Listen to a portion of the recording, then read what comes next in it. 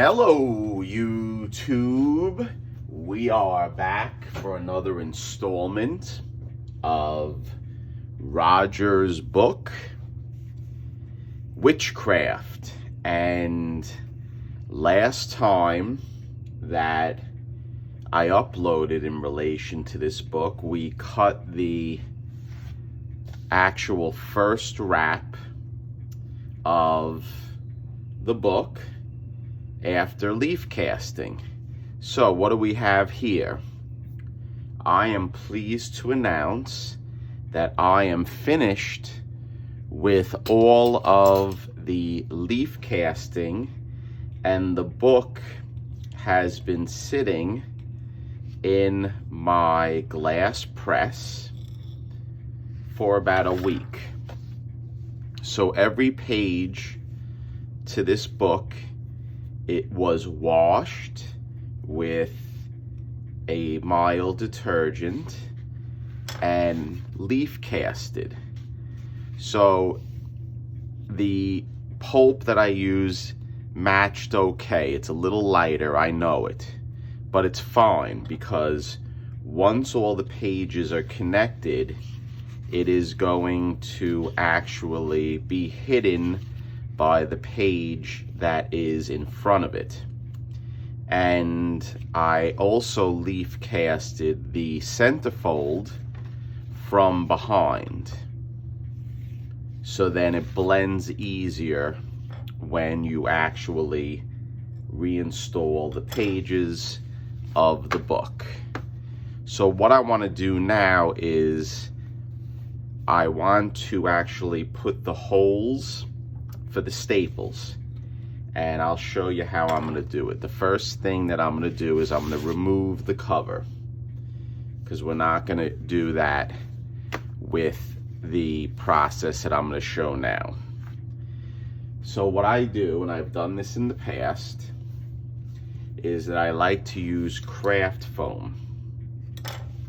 So I'll put a piece of craft foam down on my board, and what we're going to do is we are going to use a page from the donor book, and this is the other Avon publication that I used the coupon clipping, and I used the back cover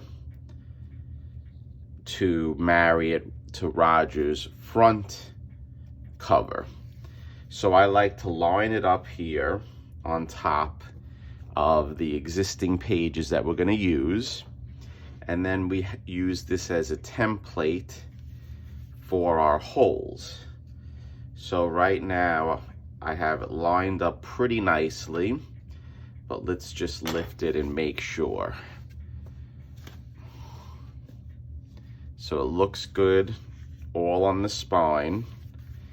And basically what I do is I take my needle and I will push it through all of the pages right through the craft foam. So there's one hole, the second hole,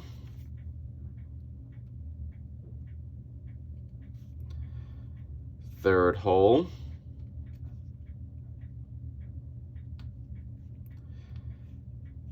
and fourth hole. So that should have went through each one of the pages of Roger's inner books, and it did. And we will check it out. I'll flip it around and we will see how it went through, and hopefully everything lined up. So I do see the holes. They actually lined up pretty nicely. And what I want to do now is I want to take the first wrap, and we're going to use the holes of the first wrap to put into the cover. So let's just check it out first, and I'm going to remove the front page, and I'm going to place it on top of the leaf casted cover, and we're going to try to line everything up nicely. So that's lined up pretty good. And the first wrap of the book is the wrap that received most of the leaf casting because it was in rough shape. So there you go, I have it lined up, and then I'm going to take my needle and we're going to put it through. So hopefully then the holes will transfer into the cover, and we will have the same holes going through the whole book. And I hope that worked out. I have a feeling it worked out just fine. So let's take this off. Now another thing that I'm going to do now, so we have the holes lined up. Here they are perfectly, 1, 2, 3, 4. They're lined up nicely right in the center of the book, exactly how I wanted it.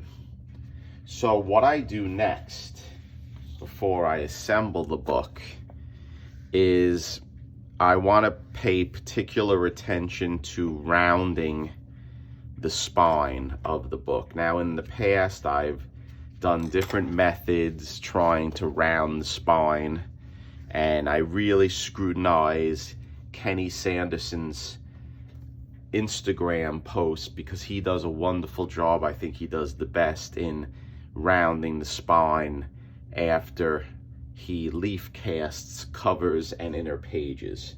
So I am developing, and I'm in the process now of making an apparatus that I'm going to use in the next upload, and I'm going to show you how I am going to round the spine of each page before we assemble it. Another thing that I want to show you is that when I leaf cast pages, people ask me, how do you know the thickness that you do? How much pulp do you apply? Sometimes a little more pulp is added than I desire, and it's a little thicker than I want it to be. So what I do, and people are going to think I'm crazy, but what I do is I actually sand with sandpaper the pulp if I feel it's a little too thick. And what I do is I use 220 grit paper, I cut it in strips, and I roll it up just like this into a cylinder. Once it's rolled up, I sand the paper pulp gently that was installed in the areas that I want to try to thin it out a little bit, just like this. And as you can see, there is paper pulp that is removed. So it's very lightly I do it. Very lightly, just like that, to blend the paper pulp in areas that I want to make it a little thinner. Also, if there's paper pulp in areas that I don't want the paper pulp, or if I want to thin it out just as indicated, I sand it. And it turns out very smooth. It doesn't cause any issues in my experience. And it just helps making a better product. Also, what I do with the sandpaper is if I cut, or when I cut the cover, or when I cut wraps, I like to smooth out as well the cutting edge of the paper. Although I do use a sharp razor, sometimes I like to blend the cut in a little bit better, and I will use the sandpaper just to gently smooth out the cut and blend it better. And I just rub it gently, putting very little pressure on them, and it gives a better product, in my opinion. And I'll do this for each page that I leaf cast. I'm just quickly showing the method how I do it, but I'll get into it, and I will really get into it, and it takes a while to do it right. So I'll basically overlap the edge of the book or the cover, and I'll slowly use my sandpaper just to get any of the loose paper fibers off and make it a lot smoother for presentation purposes. And a lot of times with the covers, they weren't cut perfectly straight from the factory, and you see that in the inner wraps, and I'll try to match it up as best as possible to the inner wrap by using this method. So right now I'm done. I'm going to go over each page of the book, and believe me, with the variation of the colors of the pulp in relation to the original print, this is not going to be noticeable on the spine, because I do put the leaf casting on the inner portion of the pages, where it will be folded and it will be hidden by the page above it. So next step, guys, is I'm going to show you how I'm going to fold the actual pages. I'll go over each page. I'll make sure there's not any little rips, where I will actually use some Tengojo paper if there are any little rips or any areas that need to be focused on. And then we're going to get this book together. And just as a introduction, it's going to entail using dowels, and I'm making an apparatus where it's going to be elevated, my dowel, and I'm going to drape the pages on, and I'm going to paint the actual spines with methyl cellulose, and we're going to fold it over, and you'll see it will be all nice and rounded for Roger.